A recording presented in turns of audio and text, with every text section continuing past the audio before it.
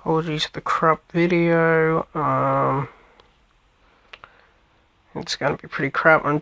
This video shows a couple of things. It's testing the 4K capabilities of a HTC One M9 on the Viper M9 ROM, on Viper M9 6.1, I think.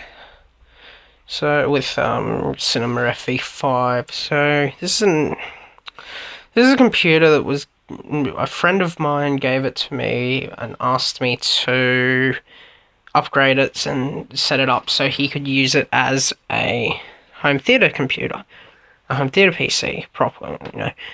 And basically it was left. It stopped working early on in its life, and they just didn't bother looking at it. And eventually, literally all that was wrong with it was the ATX 24-pin cable was just out a little bit. So I'm going to take off the cover. It's a little bit interesting. It's an old thermal take. It's a pretty old thermal take. It's an old thermal take matrix from the look of it. So it's actually still got the plastic on it. It was very little used. I have done some stuff with it a little bit, but nothing major. I've disconnected the SATA ports from this. Did a little bit of cable management. The RAM is, yeah, it's all been reseated, but it's an E8400, I think. But my intention for this one is to chuck a LGA775.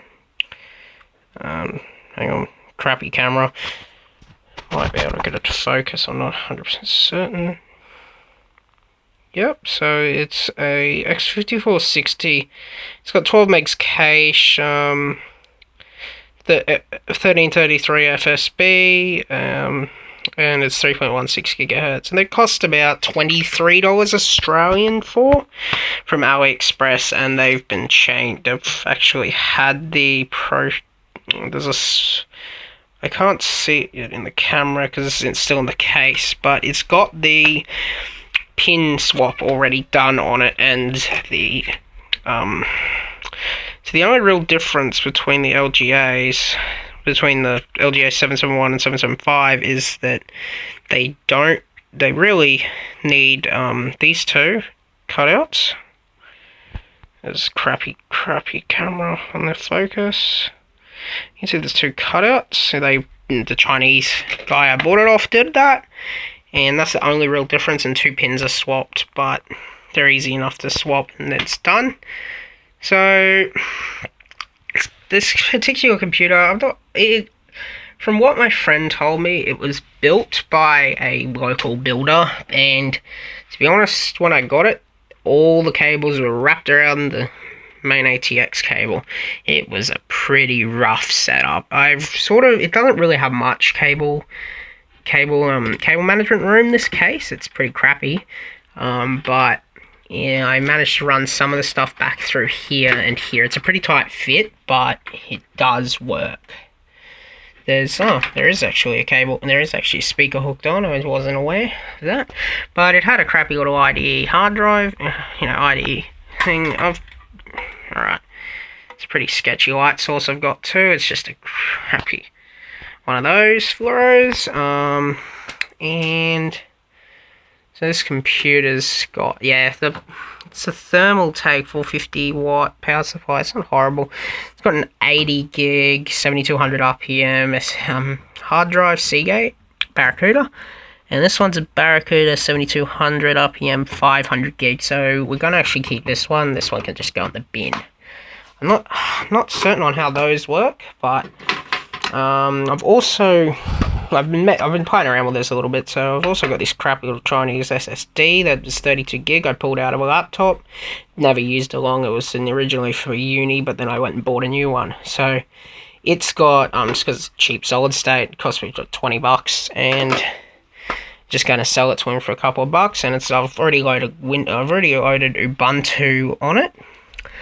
So the RAM is, sorry, this is a pretty crappy. So the RAM is a matched kit of Kingston 1 gig DDR2. I'm not sure. Oh, this phone's getting a bit hot. So I'm just trying to get it to, yep, it's a kit of two 1.8 volt DDR2 1 gig sticks.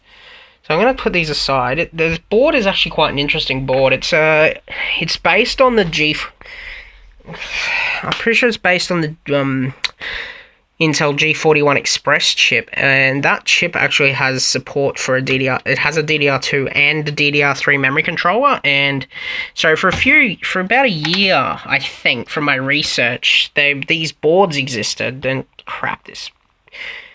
these boards existed that supported both DDR2 and DDR3 to enable, you know, transitioning. Those were only put in recently.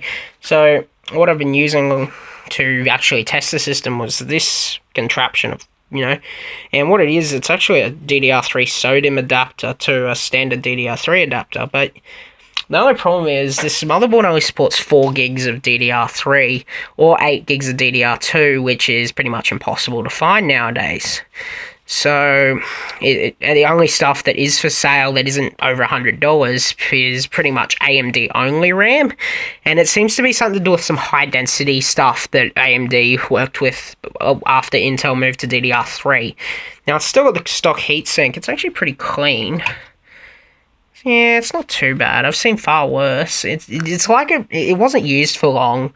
And they just let it sit for years and just bought a new one, and he's just gone back, you know, my mate's just come and said, oh, hey, you want to have a quick look at this? It's pretty good, you know, it might be worthwhile to do something with. And I popped over to his house, and he pretty much, and I just had a quick look, and I went, oh, that's unplugged. And he goes, oh, no, if that works, I'm gonna laugh, you know.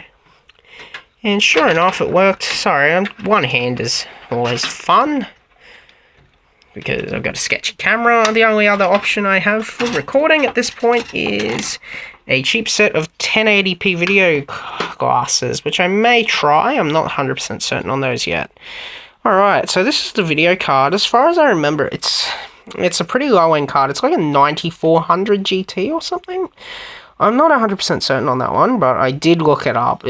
I got this computer about a month ago, but it took a while for some parts to come, so we'll put this aside. Yeah, I've got a pretty sketchy setup here. It's actually back room. It's a storage room with a desk, so that's pretty crappy. It's got IDE. This one was connected, but I took the aging beige connector out. I have booted it. It's actually not a horrible BIOS. Supports USB boot, that sort of thing. Looks like Core Boot would support it, but I can't. I'm not gonna dig into that can of worms. So with these, I'm just trying to remember how these things come loose. So this was a pretty, yeah, I've got some cable. I didn't manage to get cable ties going on this thing at this point. Alright, that can disconnect. That fan is actually facing outwards. I would normally have chucked it inwards, but that's what this builder did. Right. So it's been a while since I've worked with LGA775. So I'll just get this 4-pin connector off. The power supply actually seems alright. I've definitely worked with worse. I've actually got Power Man ones here from my old 775 builds. Alright, it's a 4-pin fan, even on the 775. So I've actually also got a new CPU fan coming for this thing. It's just currently sitting in customs from what I'm aware. So these come off like that.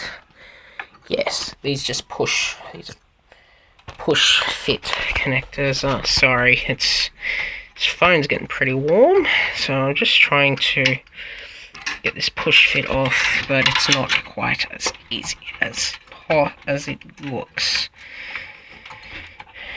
especially when you've got one hand. So yep, that comes loose. So I'm relatively new to the whole YouTube thing, I guess. Been around for a long time, but I have, like, on YouTube and stuff. Alright. Wow, that's an interesting amount of paste. It's not a bad heatsink at all. It's pretty hefty, and it's pretty old, hefty.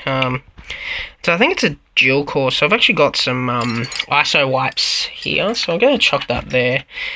And I've got some ISO wipes to clean off this piece of crap. I might pull it off first. So 775. Yeah, I know I should probably have it down for this, but this CPU isn't actually intended. Oh, it's actually not too bad. It's still goopy. He put way too much on, that's for sure. Wow, alright, so yeah, not too bad CPU. I'll clean that off, and so I've got some ISO wipes I'll open up. Normally I don't even bother with ISO wipes, toilet paper or paper towel and pure ISO actually work pretty well in my thingo. You just got to be careful that you don't wreck the... Alright, wow, yep, it's coming off. Wow, this is getting very hot. I guess this doesn't matter so much as we're gonna not use it. Yeah, this is also used as a rifle as a safe storage room, so not quite the best. That's why there's all these explosive stickers around. It's for the ammunition. It's from ammunition loading purposes. I think my father used to shoot, but not anymore. In Australia, it's pretty hard to keep a license, so once I turned 18, it wasn't really viable for me to continue with. Alright, well, I'm being called, apparently, by my partner. He is evidently unhappy that I'm away in doing this. Apparently, oh, there's some hefty resistors on that. Alright, yeah, they're resistors or capacitors. I'm not 100%. Just going to zoom in on this one. So it's an E6750. It's a Core 2 Duo. It's 2.66 gigahertz of 1333 megahertz side bus. It's not too bad, actually. I thought it was a little bit worse than that. Alright, so we're back. Yep. So, as I was talking about earlier, this is a... Hang on, it's got to focus on me. Come on. Right, so this is an Intel Core 2 Duo E6750. It runs at 2.66 gigahertz, 4 megs cache, 1333 front side bus, and yep. So this is actually, from what I remember, it's actually a 65 nanometer. Oh no, it's just okay. It's actually a 65 nanometer chip, and so the LGA775 actually supports 45 nanometers as well, as does the the motherboard actually supports it as well. It's stated on it somewhere, supports 45 nanometer processors, or in the manual. I've had the manual up for a while, had the manual up for a couple of weeks, you know, been reading it, sort of working out what I need to do. So, the 65 nanometer, yeah, I'm not entirely sure why the system builder actually used this PC for the person's needs. It was really, they only really needed it. The friend of mine, he was actually much younger at the time. He was still in high school, so it actually was running Vista when we got it working again. It was actually running Vista, and it hadn't been touched since 2010, so it's actually quite a good example of pretty much untouched since 2010. I'm not sure which drive it was on, but but he has requested that I try and pull some old games off of it, if I can for him. So the good thing about these LGA775 boards is because they were used for a few years. They actually supported anything from a Pentium 4, I think there's also adapters available that actually let you convert from the socket before to this socket. I found that out from some Chinese guy on a who was one of the pioneers of the LGA 771 to 775 mod. He's a Chinese bloke. Obviously had access to a lot of this stuff, very cheap. Alright, well, I'm actually just gonna take this out for a little bit so I can show you got so I can show what it is. So this is the actual chip. This is the Xeon chip that I'm intending on putting in later. Just got to get the thing. Just got to get it to focus. So you can see here, there's actually a small, very, very small piece of metal on it that joins those, that reverses those two pins. It's the, instead of sticking a small sticker on to do it, as was used to be done, the Chinese have actually developed it. The Chinese refurbers actually developed this way to do it, so you didn't need to modify it. And they've also got these two cutouts, as you can probably see near my fingers, that line up with the cutouts in the actual CPU. So I've actually dropped my CPU case, so I'm just going to grab that if you give me a second. Okay, so yep, it's here. So I'm just gonna put this right back in and clamp it back down. The CPU only came today, and it did actually come with some albeit pretty crappy thermal grease included. I have no intention of using it at this point until I get this CPU cooler. Probably be using this sort of thing. It's actually just a generic thermal grease you can buy by the tube or by the tub from China. It actually runs pretty well. I don't use it for anything major, and I will probably when I get the new cooler, I'll have to regroup it anyway, so I'll probably use Icy Diamond for that. Yeah, so the cable management wasn't horrible. It was actually very horrible when I received it. I did clean it up a little bit. It's not great. I've never actually been very good at cable management. But as you can see, this cable's already starting to try and wind back up around the 24-pin ATX. It's got a bit of sleeve on it, but it's not that great. So really have a quick look at this. Heatsink's actually pretty neat. I haven't seen these in a while, so it's very hefty. A lot heftier than the LGA775 ones I was using on my dual core 45 nanometers back in the day, which I've actually still got here, and I'll probably do another video on restoring one of those to work as a Plex server or something. I've got a lot of this old gear. I've also got a small form factor workstation from our school that's obviously a few years old. It's like a ThinkStation. It's a Think Center. I can see it over there in this pile of crap. So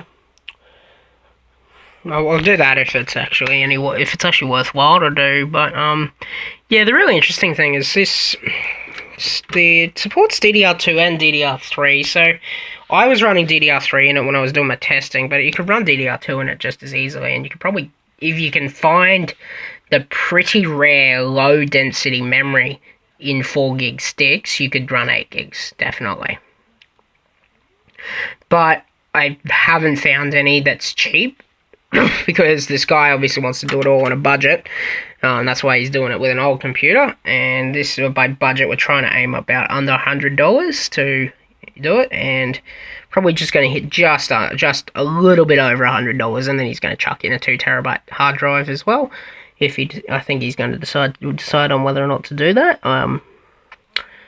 But these hard drives are probably pretty old. I should probably. I might actually start getting. I don't have a damn clue how these things work, so. Okay, I'm actually pretty sure. Yeah, okay. So this one was put in the wrong way around, so. Yep. So that. Actually unlock a fair bit further than I thought they did. I'll be honest. Okay. That makes sense. Okay, well, they come off. And it looks like they're actually screwed in on the other side, so I'm just going to have to pause for a moment to swap it around. Right, so third time's the charm, since I got interrupted the first 2 times of this one. Okay, so it actually seems to be bent. I'm not entirely sure who bent it. I don't think it was actually this case actually seems to be bent. I actually dropped it a little when I was first dealing with it. I actually dropped it onto my toe there, and you can see there's a crack. There's actually a small crack here. It's just got to focus it so you can actually see it.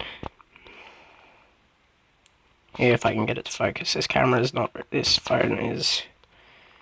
Yeah, you can see it now. So you got a little bit of denting here. So I'm not sure if it was actually the system builder. It looked like it, or someone might have kicked it while it was, offline for the last 7 years.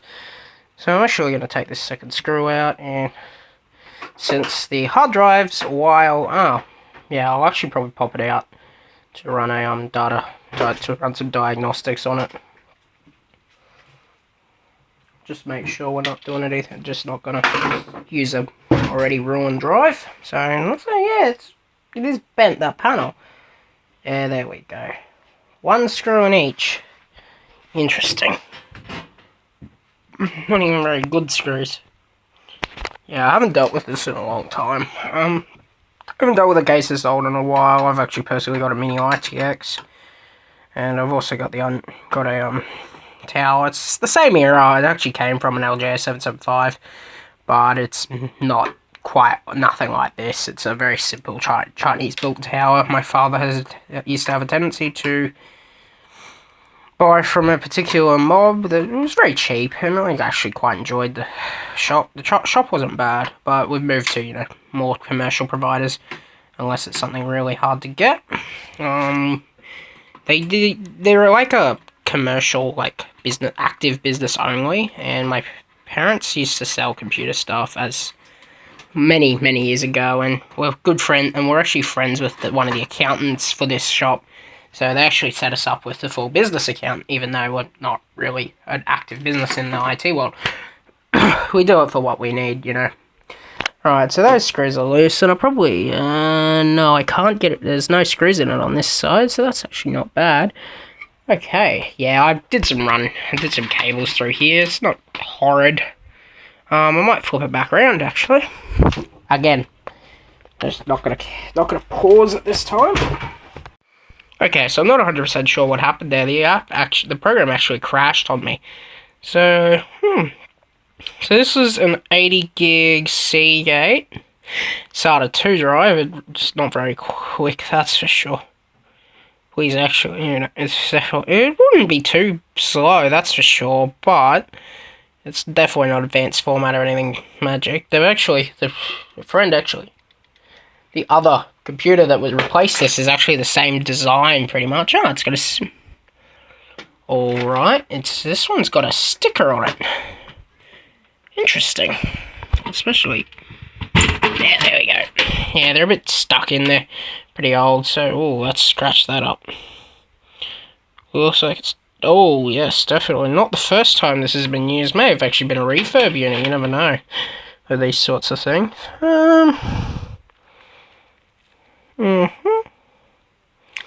Okay, interesting. It's not really any different. It's a, the 80 gig can just be chucked, or, well, I'll actually restore the data off it, so, I might chuck that back in. Alright. No, I'll probably do some more stuff later with this, so, I guess I'll probably start doing that later tonight, if possible, for you, so I can actually start it up, see the difference between the 65 nanometer and this new 45 nanometer Xeon that makes into this. The board seems to support 130 watts plus. I honestly don't know how with just a 4-pin, but should be okay. Alright, let's see. Yep, no, we're back. Okay, so I just spent the last while a little bit just checking these hard drives out and backing them up for my friend. He actually did want some of the stuff off just if I could get it, and well, that was pretty easy with disk to VHD, free program sysinternals. It backed it up to my Unraid array, or will when I chuck a new hard drive in it. So I've got 2 hard drives here that I've pulled, and so this one, it's just it's a pretty old one. It's a 7200 RPM 80 gigabyte drive, but I have no clue how to read these date codes, but I've got no clue how to read the date code, but it might be 2008. Evidently it was used in a computer before this one, because the 500 gig has nothing like the load count of this one. This thing has like 40,000 times it's been turned on, and I think it was over a year of runtime. I mean, it's likely just been left on, see, but then again, that many times it sounds like it's been turned on and off a lot. The 500 gig, however, only had a couple of months worth, about 2 months worth of use, 2 months straight. So that one, more than okay to go back in, but the other one, there is no chance of putting this one back in, and it's only 80 gigs, so you're not going to store too much on 80 gigs, especially when he's planning on buying a 2 terabyte, a cheap 2 terabyte to go in as well. So they're only about $80, I think now. I think I paid, I paid $240 for my 4 terabyte that I just put in yesterday to my desktop, just because I was only running on M.2 SSD, and that was a real issue. 250 gig M.2, yes, fast, but also a little bit difficult to use once you start wanting to play games on it. It's not quite as easy to use, as I'm sure can be imagined. Okay, these things, I think that's locked. Alright, and I might use it on the other side since I've got a spare. It's not too bad a thing at all, actually. I've seen far worse things used. Okay, so we got that one. We've also got the issue of this 32 gig SSD. It's pretty new. I used it on it for a couple of months before the laptop I was using it in pretty much cucked it, and I was paid a Centrelink startup loan for my uni as I became eligible for Centrelink. So then I went and bought a cheap $500 laptop. Bad choice. Don't buy $500 laptops. This particular one came with a Celeron and 4 gigs of RAM. The 4 gigs of RAM's not horrible. I actually just upgraded that as well, but the Celeron really keeps things nice and slow. Okay, so I'm just going to flip this round and get rid of that hard drive. Sorry, I'm actually also tethered to my charger. The battery wasn't doing too great this afternoon, and as I forgot to chuck it on charge before I resumed filming. Okay, we've got... Yep. Oh, no, it takes one nut. Of course, the other one gets bolted into by some magic. Alright. So, I plan on using Adobe Premiere to downsample this to 1080p in the hopes that it won't actually look too bad in the end. That looks pretty good. Alright, so this is about as good as your cable management's going to come in this case. It's pretty lackluster, but looks like all cases of this era were pretty much like it. You always do, when you're dealing with 2.5 inch SSDs, you do have the option of, putting it in with a 2.5 inch to 3.5 inch adapter, which I do have one, but I don't. But I do plan on using that to put a 500 gig hard drive into my Unraid server later. So I can't get one today, so it's not. So I'm just probably gonna just tape it in or something, since it's not gonna matter. It's not, doesn't generate any vibration or then not much heat, so it doesn't really matter where it goes. All right, I'll chuck that. Flip it back around. I do apologise for this. The video is probably pretty sketchy. This is the first time I've ever actually recorded a proper video for anything like this. I have no clue. I'm just doing it by ear. And okay, I'm gonna have to flip this one upside. I'm gonna have to flip this one down to. Might unplug it from the wall. Okay. I just need to. Okay, I'm stuck on something, but I don't 100% know what yet. Alright, yeah, there's a lot of stuff moving around here, so since we've got this, since we've got the core, it's not even a core, it's actually Core 2 Duo, sorry, but the thermal power supply doesn't actually seem too bad.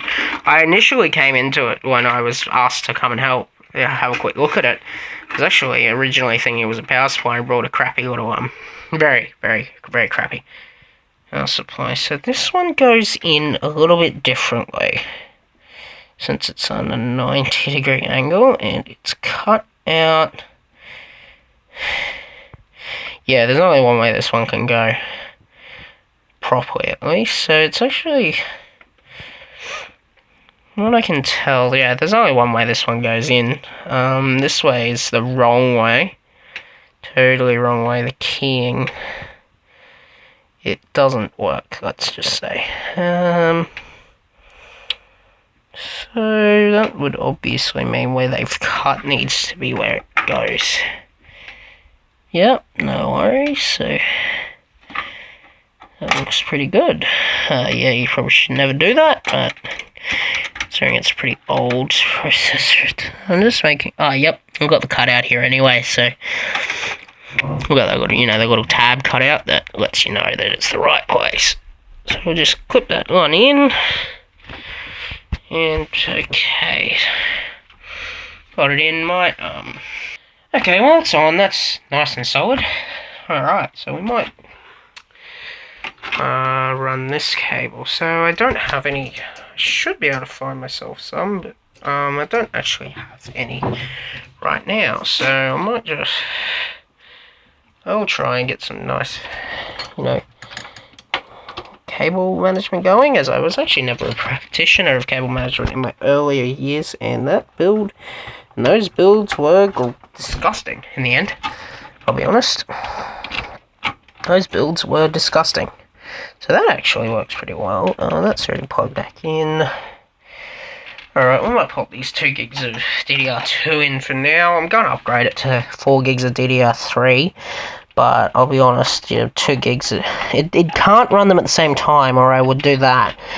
2 gigs of DDR2 running in dual channels probably faster than one running in a single channel anyway. So at least that's what I've been led to believe. I have no clue if I'm wrong there, so in all honesty. Okay, so we've got a heap of power pins off this, actually not horrible. It's got PCIe power, so it's not too bad, for anything, let's be honest. Alright, I might pull this one back up.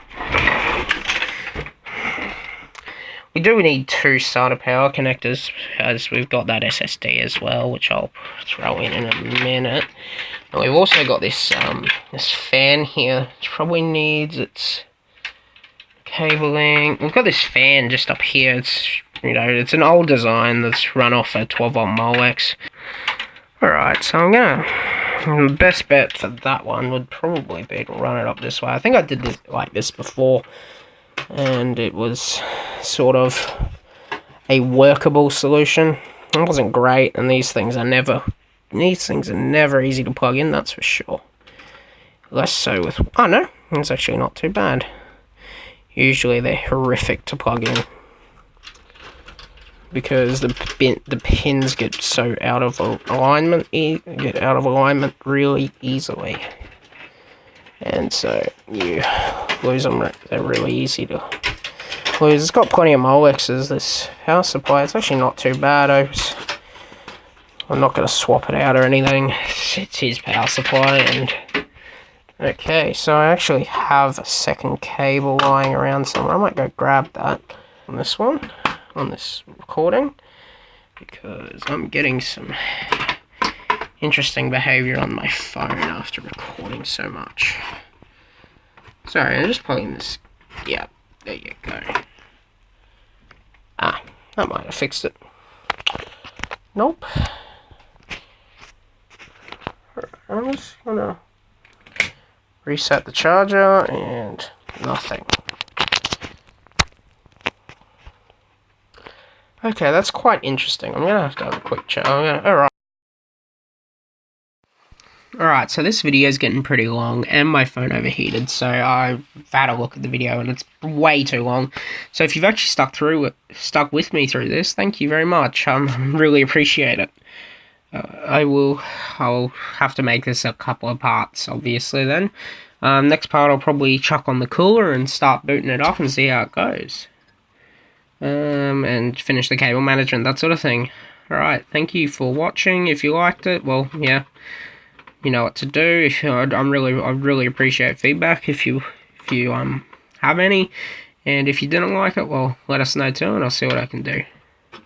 No worries, thank you.